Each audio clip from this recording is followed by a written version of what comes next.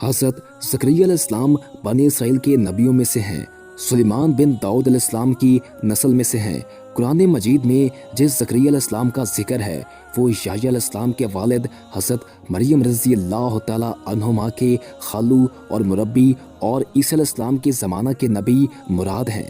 तौरात के मुताबिक बनी इसराइल में एक और नबी ज़करिया के नाम से थे जिनका पूरा नाम ज़करिया बिन बरखिया है। इनका ज़हूर फारस के बादशाह दारा बिन गश्तासब के ज़माना में हुआ। इनका जिक्र कुरान में नहीं है, अलबत्ता तौरात में इनका जिक्र मौजूद है।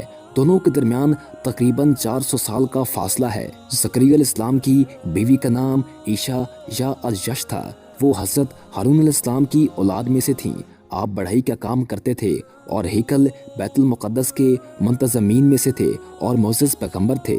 इन्हीं की ज़माना में इन्हीं के ख़ानदान में से एक घराना इमरान बिन नाशी और इनकी बीवी हिना बिनते फ़ाकूद का था जो नेक सीरत और पाकबाज थे, मगर उनकी कोई औलाद नहीं थी। इमरान बिन नाशी की बीवी हिना ने नज़र मानी की कि अगर हमारे यहाँ औलाद हुई तो मैं उसे अल्लाह के लिए वक़फ़ कर दूंगी। फिर उनके यहाँ लड़की की विलादत हुई जिसका नाम मरियम रखा और इसको बैतुल मुक़द्दस के लिए दे दिया। फिर वहाँ के मुंतज़मीन में से हर एक की ख्वाहिश थी कि वो इस बच्चे की परवरिश करे। हज़रत ज़करिया अलैहिस्सलाम चूँकि रिश्ते में उनके खालू भी थे, इसलिए इन्होंने इसकी कफ़ालत के इस्तिक़ाक़ का दावा किया। फिर कुरानदाज़ी की गई जिसमें ज़करिया अलैहिस्सलाम का नाम आया और ज़करिया अलैहिस्सलाम ने इनकी तरबियत व कफ़ालत की जिम्मेदारी उठा ली और हज़रत मरियम रज़ी अल्लाह तआला अन्हुमा के लिए हैकल में इबादत के लिए एक हुजरा बनाया। फिर जब आप उनकी इबादत खाना में दाखिल होते तो वहाँ बेमौसम फल पड़े देखते और तअज्जुब फरमाते तो हज़रत मरियम रज़ी अल्लाह तआला अन्हुमा फरमाती कि ये अल्लाह की तरफ से आते हैं। ज़करिया अलैहिस्सलाम की कोई औलाद नहीं थी, उनकी बीवी बाँझ थी। जब इन्होंने मरियम रज़ी अल्लाह तआला अन्हुमा का ये जवाब सुना तो उनके दिल में औलाद की ख्वाहिश हुई और उन्होंने अल्लाह से अपने लिए बेटे की दुआ की ताकि वो आप और आपके आबा व अजदाद के इल्म और नबूवत का वारिस बने।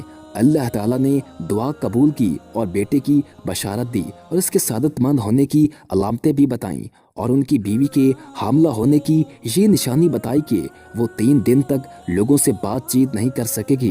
गर्ज अल्लाह ताला ने उनको 120 साल की उम्र में बेटे की नेमत से नवाजा।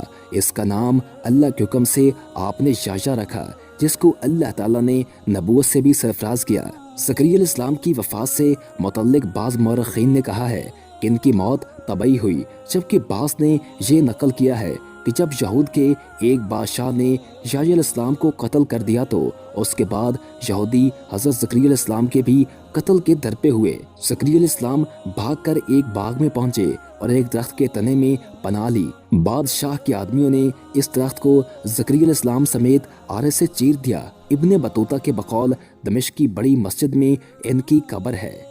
वीडियो पसंद आने की सूरत में वीडियो को लाइक कर दें और हमारे चैनल को सब्सक्राइब कर दें और साथ ही बेल के आइकन को प्रेस कर दें ताकि नई आने वाली हर वीडियो आपको मिलती रहा करे।